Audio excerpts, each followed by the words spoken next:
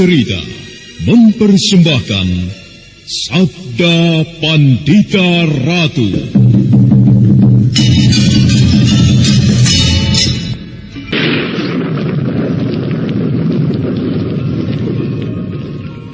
Sabda Pandita Ratu.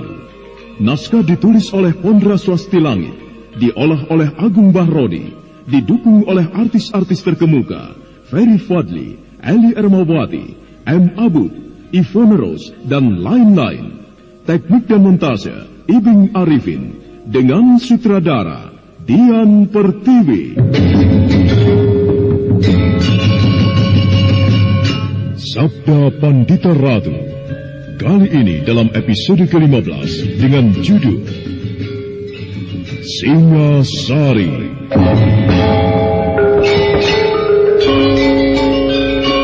Singasari sibuk berbenah diri. Tumapel yang menjadi ibu kota dari negara baru itu sibuk membangun menyesuaikan diri sebagai ibu kota negara. Sementara itu, Ken Umang hamil, membuat imbangan kasih sayang Ken Arok terhadap kedua istrinya jadi tidak berimbang lagi. Benarkah kau telah hamil, Ken Umang? Kau yakin akan hal itu? Hamba, tuanku. Hamba merasa demikianlah keadaan hamba. Telah berapa lama hamba tidak lagi garap sari, dan hamba mulai menyenangi buah-buahan yang terasa masam, tuanku. Oh, Ken Umang, aku senang sekali. Aku senang sekali mendengar kabar yang baru saja kau berikan ini. Aku berharap kelak anak yang akan kau lahirkan adalah anak laki-laki. Apakah sedemikian penting kelahiran anak laki-laki dari rahim hamba bagi tuanku? Tentu, Ken Umang. Merupakan kebanggaan yang besar bagiku jika memiliki keturunan laki-laki. Jika berikutnya kau memiliki anak perempuan, tidaklah menjadi soal. Apalah artinya anak laki-laki, tuanku? Ia tidak memiliki hak apapun atas Singosari ini. Tuanku telah memberikan kedudukan Pangeran Pati kepada anak dari istri pertama tuanku. Apa yang akan didapatkan dari anak yang akan hamba lahirkan ini? Umang, janganlah berkata begitu. Bukankah kenyataannya memang demikian, tuanku? Andai kata hamba nanti melahirkan anak laki-laki, apakah yang akan didapatkannya? Ia tidak akan mendapatkan apa-apa kecuali anugerah sebutan pangeran. Sedang Anusapati yang bukan keturunan tuanku, bukan anak kandung tuanku, justru telah tuanku angkat menjadi Pangeran Pati. Ken Umang, janganlah engkau berkata seperti itu. Baiklah, tuanku. Hamba tidak akan mengatakan apapun. Akan tetapi, kalau hamba diperbolehkan, hamba akan mengajukan sebuah permohonan. Permohonan hamba sederhana saja. Hamba mohon tuanku berkenan merenungkan hal itu. Bertanya di dalam keheningan hati tuanku sendiri. Apakah yang hamba katakan ini salah? Ken Arok nampak menghela napas panjang. Tatapan matanya menerawang ke langit-langit ruangan. Lamat-lamat bagaikan menyusup ke dalam benaknya. Ingatannya tertuju pada apa yang pernah diucapkan beberapa saat menjelang peperangan besar terjadi. Di hadapan segenap prajurit Tumapel, dia telah mengucapkan mengangkat Anusapati menjadi Pangeran Pati, yang berarti kelak dia mempunyai hak untuk menjadi raja, menggantikan Ken Arok jika berhalangan.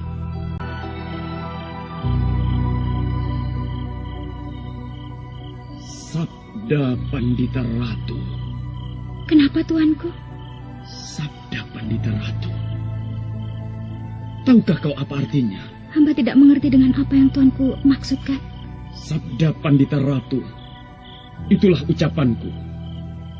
Andai kata aku bukan seorang raja, wahai Umang, mungkin aku bisa mengingkari kenyataan. Ingkar dari apa yang pernah aku ucapkan.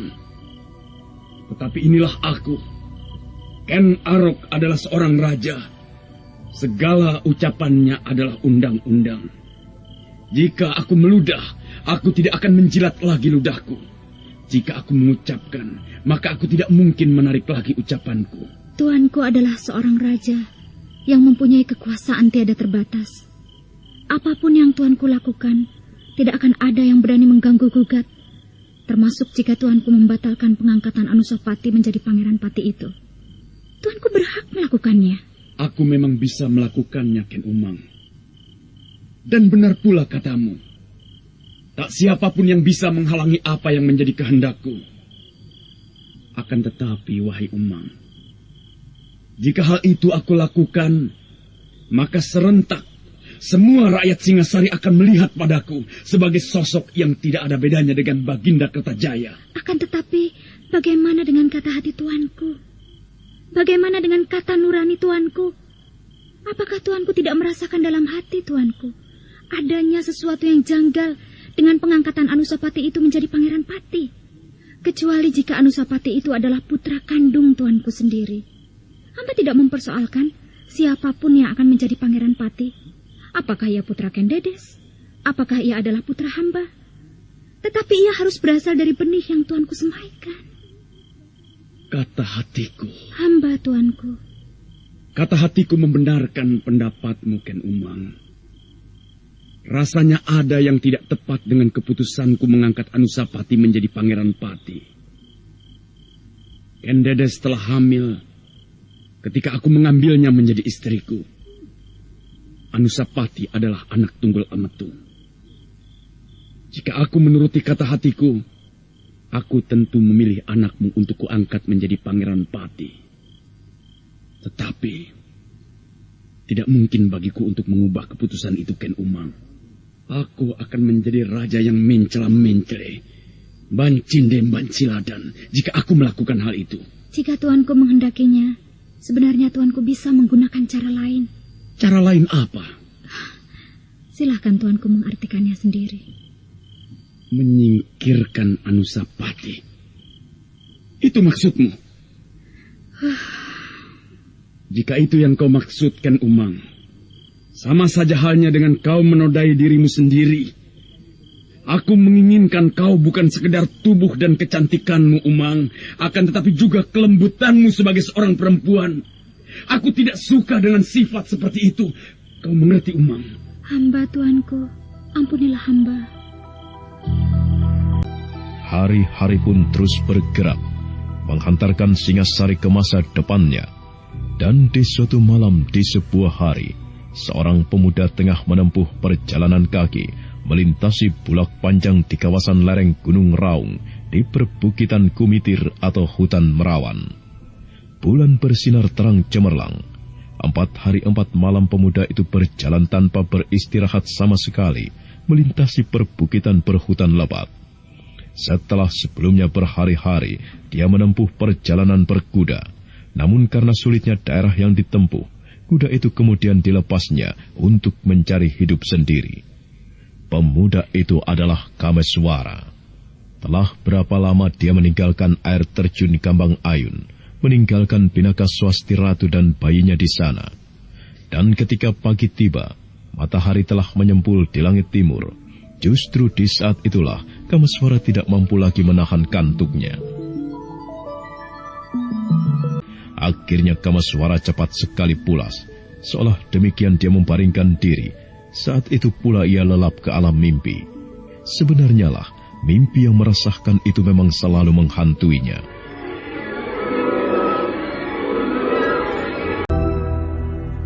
Berikan anakmu itu. Pergi kau, Uma Durga. Jangan ganggu anakku. Ayo, pergi kau. Pergi, kataku. Berikan anak itu kepadaku. Ia akan menjadi sumber kesulitan bagiku. Ia harus mati. Ia tidak mempunyai hak untuk hidup di dunia ini. Tidak akan aku berikan. Pinaka, peluk erat-erat anak itu. Jangan kau biarkan ia menjamahnya. Perempuan cantik. Berikan bayi itu kepadaku. Tidak, pergi kau. Berikan kepadaku. Pergi kau, iblis. Jangan ganggu anakku. Pergi. Aku akan pergi. Tetapi berikan anakmu kepadaku. Ayo, berikan kepadaku. Cepat. Berikan bayi itu. Berikan. Jangan. Jangan. Berikan kepadaku. Jangan.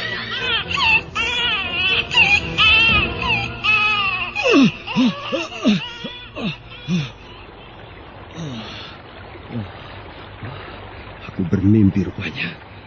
Aku terlampau memikirkan keselamatan anakku, memikirkan Pinaka dan para Meswara, sehingga terbawa-bawa ke dalam mimpi.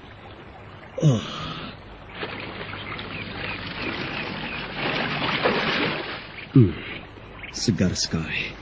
Mandi saja sekalian.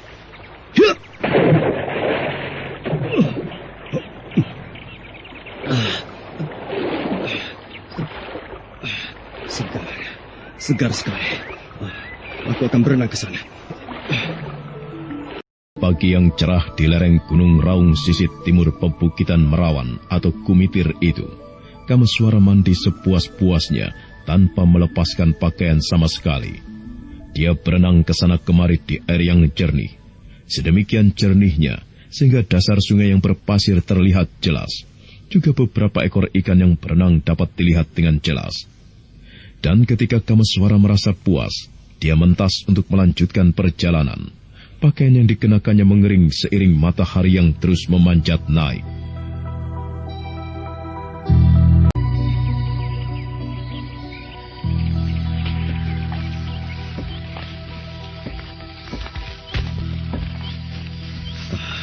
Di depan itu adalah perkampungan Kalibaru. Dulu aku pernah berkuda ke tempat itu. Bahkan aku pernah menolong penduduk dari gangguan perampok juga di tempat itu. Masih diperlukan waktu seharian lebih dengan berjalan kaki untuk sampai di Pesanggaran atau Pawasambu. Semoga di Kalibaru ada orang yang mau menjual kudanya untuk dipergunakan melanjutkan perjalanan agar lebih cepat sampai. Ada orang menebang kayu. Arahnya dari sana. Ada baiknya aku temui orang itu.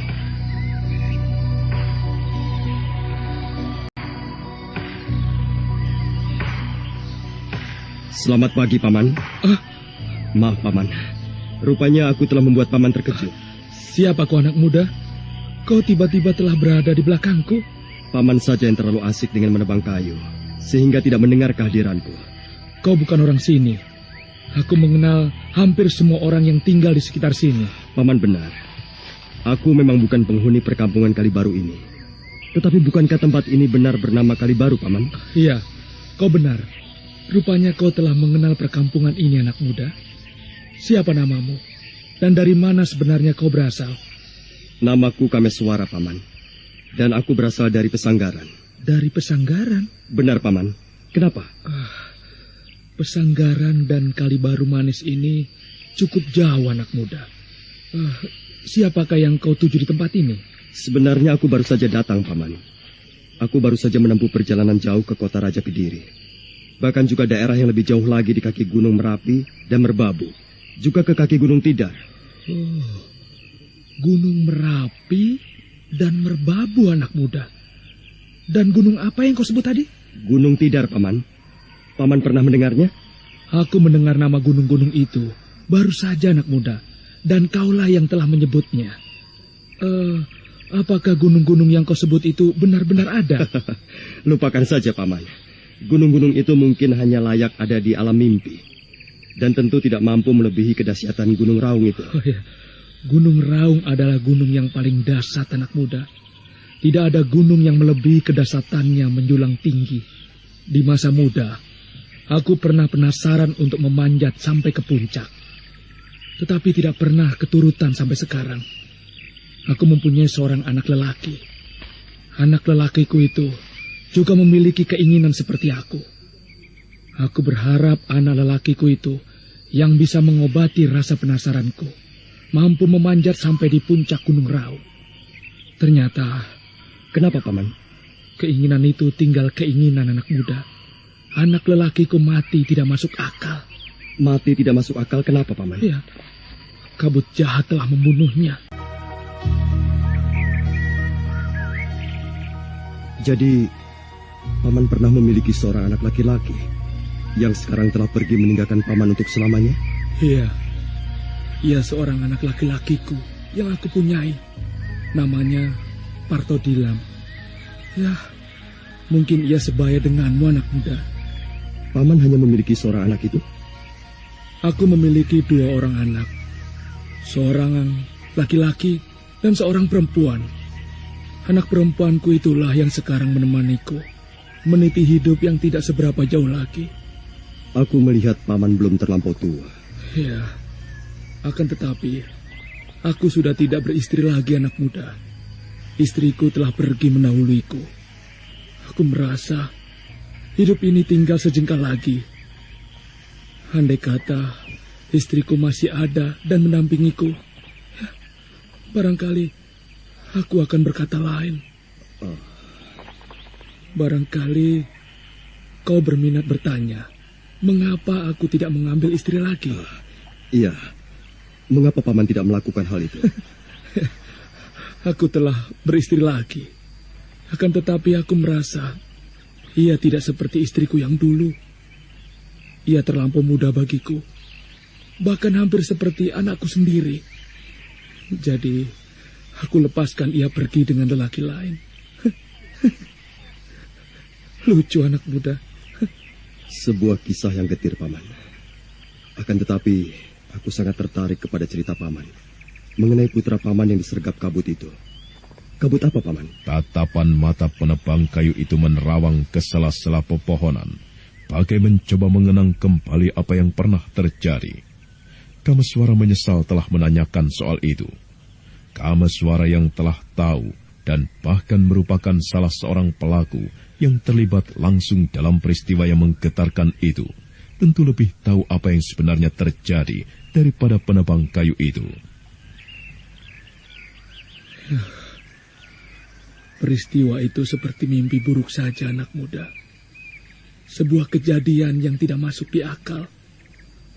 Kehidupan yang semula tenang dan damai tiba-tiba terusik oleh kemunculan kabut aneh. Kukatakan kabut aneh karena ia memang aneh, benar-benar aneh. Kau lihat kabut yang di sana itu, anak muda? Aku melihat ya, Paman. Apa anehnya dengan kabut itu? Tidak ada yang aneh. Kabut yang wajar-wajar saja. Akan tetapi, kabut yang telah merenggut nyawa anakku itu juga merenggut nyawa para tetangga, juga binatang dan ternak, atau apapun yang hidup. Kabut itu mampu melakukan pembunuhan.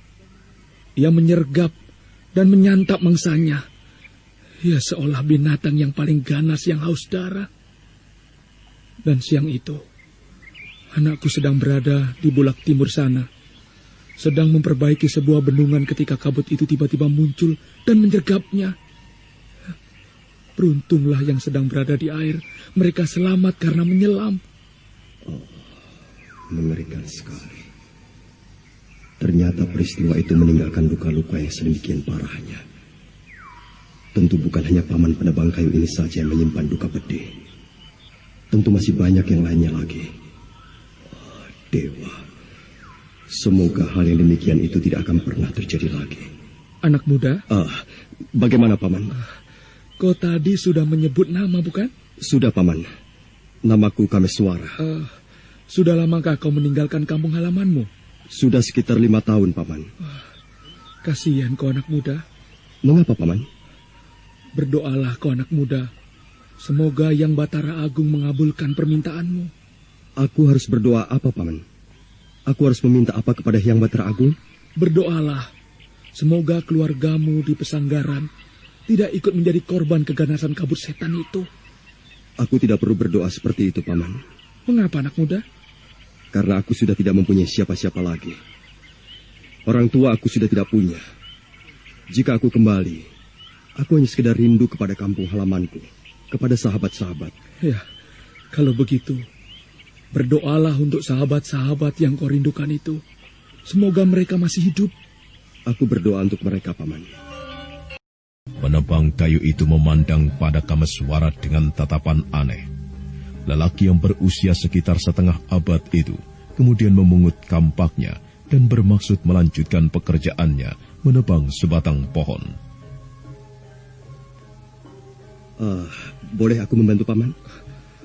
Apa kau tidak merasa waktumu banyak terbuang, anak muda? Oh, tidak. Berikan kampak itu kepadaku, Paman. Biarkan aku melanjutkan menebang pohon itu. Baiklah, ini. Kameswara menerima kampak besi dengan tajam yang lebar memanjang. Kameswara kemudian memandang ke arah pohon jati yang telah separuh tebang. Dan dengan ayunan yang kuat, serta di luar sadarnya, Kameswara menggunakan tenaga cadangannya. Kampak itu kemudian mengayun deras.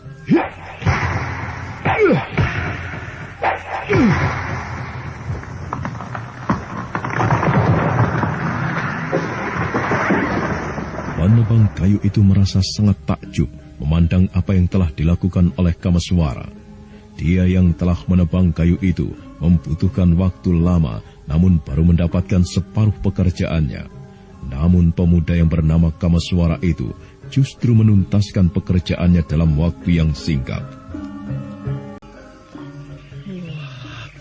Bukan main. Kenapa, Paman? Barangkali aku yang sudah terlampau tua dan sudah kehilangan banyak tenaga. Kau telah menyelesaikan pekerjaanku, anak muda. Kampak ini tajam sekali, Paman. Akan tetapi, tenagamu juga kuat sekali, anak muda. Paman telah menebang separuh, dan aku hanya menyelesaikannya. Apakah ada yang terasa aneh, Paman? Anak muda, kalau kau tidak keberatan, singgahlah ke rumahku. Aku ada menyimpan legen dan gula aren. Jika diminum hangat-hangat, akan terasa enak dan segar. Lagi pula, bukankah kau baru saja menempuh perjalanan jauh? Ayo, singgahlah ke rumahku. Anakku akan memasak untukmu. Bagaimana dengan kayu ini, Paman? Pekerjaan ini telah selesai. Besok aku tinggal membentuknya menjadi balok panjang. Mereka ternyata harus berjalan melingkar dan menuruni sungai, dan kemudian naik lagi untuk kemudian berjalan melewati jalanan setapak. Dan beberapa saat kemudian, mereka sampai di sebuah rumah sederhana, tetapi bertiang jati yang kukuh kuat. Seorang perempuan yang sedang menampi beras nampak bertanya-tanya melihat ayahnya pulang bersama seorang pemuda.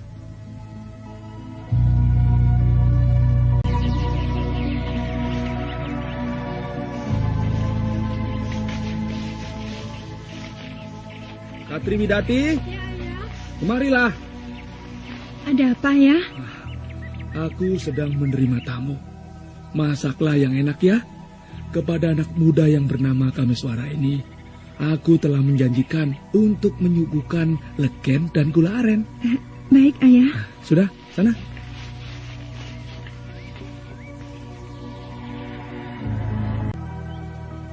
Nah, itulah tadi anakku yang masih ada dan hanya satu-satunya. Namanya Katri Widati. Bagaimana menurutmu? Apa yang bagaimana, Paman?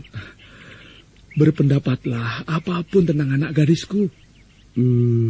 Nampaknya ia seorang pemalu, Paman. Ya, seorang gadis selalu pemalu. Apalagi jika berhadapan dengan lawan jenisnya. Anak muda, bukankah kau sudah tidak mempunyai siapa-siapa lagi? Benar, Paman. Kenapa? Aku tidak merasa keberatan. Andai kata kau mau tinggal di sini. Daripada kau keluyuran tidak karuan, menetaplah bersama Paman di sini. Aku melihat tenagamu cukup besar. Kau mampu menyelesaikan pekerjaanku cukup cepat. Andai kata kau mengolah tanah, menanaminya dengan padi atau palawija, tentu akan sangat bermanfaat. Kau belum beristri, bukan? Jangan berprasangka apapun kalau aku jenis manusia yang suka belak-belakan anak muda. Kalau kau belum beristri, kau boleh mengambil anak gadisku itu untuk kau beristri. Bagaimana? Paman terlampau besar memberi kepercayaan kepadaku. Paman belum mengenal siapa aku. Kau menolak anak muda? Tentu saja aku merasa senang, Paman. Akan tetapi, aku telah memiliki seorang istri. Kau sudah mempunyai seorang anak juga? Demikianlah, Paman. Baiklah, aku suka kau berterus terang. Aku juga suka dengan sifat terbuka Paman. Demikianlah, pagi hari itu, hingga waktu merambat ke arah siang, Kameswara berada di rumah penebang kayu. Kameswara sangat tertarik dengan cerita lelaki tua itu. Semakin mendapat gambaran mengenai wilayah lereng Gunung Raung hingga kawasan timur yang lebih dekat dengan Semenanjung Sempulungan dan Teluk Pangpang. Sebenarnya lah, Kameswara mendapatkan gambaran itu melekat pada wajah para penduduk yang tinggal di sekitar Kali Baru Manis.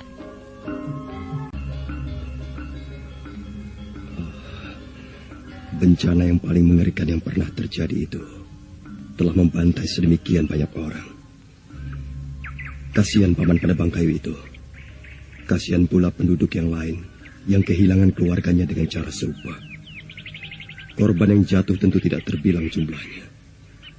Malapetaka semacam itu Semoga tidak pernah terulang lagi di masa yang akan datang. Cukuplah terjadi hanya sekali saja. Jangan untuk lain kali. Tuan. Jangan panggil aku Tuan, Adi. Namaku Kameswara. Aku merasa tidak pantas dipanggil Tuan. Aku bukan bangsawan dari Kediri atau manapun. Karena aku lebih tua darimu, panggillah aku Kakang. Kakang membutuhkan sesuatu? Dari ayahmu aku pernah mendengar, kakakmu yang telah meninggal itu pernah membangun sebuah bendungan. Benarkah demikian, Katri Widati? Benar, Kakang. Akan tetapi, bendungan itu tidak pernah selesai, karena kakakku telah pergi untuk selama-lamanya. Cerita tentang bendungan itu sangat menarik perhatianku. Bersediakah Adi memberi ancar-ancar kepadaku? Di manakah kakakmu itu bermaksud membuat bendungan? Aku bersedia. Ya, aku bersedia mengantarkan Tuan. Terima kasih. Kalau Adi bersedia mengantarkanku. Nah, inilah Tuan. Disinilah kakakku bermaksud membangun bendungan itu. Tetapi keinginannya yang sebenarnya didukung oleh para pemuda di sekitar tempat ini gagal sama sekali. Karena terjadinya bencana yang paling mengerikan itu. Aku ikut bersedia di Katri Widati. Peristiwa itu cukuplah terjadi sekali itu saja. Dan semoga tidak pernah terulang kembali. Adi. Ya. Ketika kakak lelakimu dulu bermaksud membangun bendungan ini, kemanakah airnya akan dialirkan? Ke sana, Kakang. Ke sebuah desa yang berada di balik bukit itu. Ke sebuah desa di balik bukit? Apakah itu mungkin? Kakakku telah membangun sebuah terowongan, Tuan, yang akan dipergunakan untuk jalan air. Dan itu pun baru separuh, belum tembus. Kameswara termangu sesaat. Dia memandang ke arah bukit yang baru saja ditunjuk oleh Katri Widati. Kameswara menjadi sangat kagum oleh gagasan yang dimiliki kakak kandung Katri Widati yang telah pergi untuk selama-lamanya. Kameswara kemudian memandangi sungai yang sedianya akan dibendung. Memang cukup besar kemungkinan sungai itu dibendung dan airnya diangkat. Nah, apa yang akan dilakukan Kameswara di desa Kalibaru Manis di lereng Gunung Raung sisi selatan itu? Untuk keperluan apakah Kameswara menuju ke perguruan pesanggaran, tempat dia pernah dididik dan dibesarkan? Saudara pendengar, untuk mengetahui jawabannya, ikutilah kelanjutan kisah ini dalam seri berikutnya. Sampai jumpa.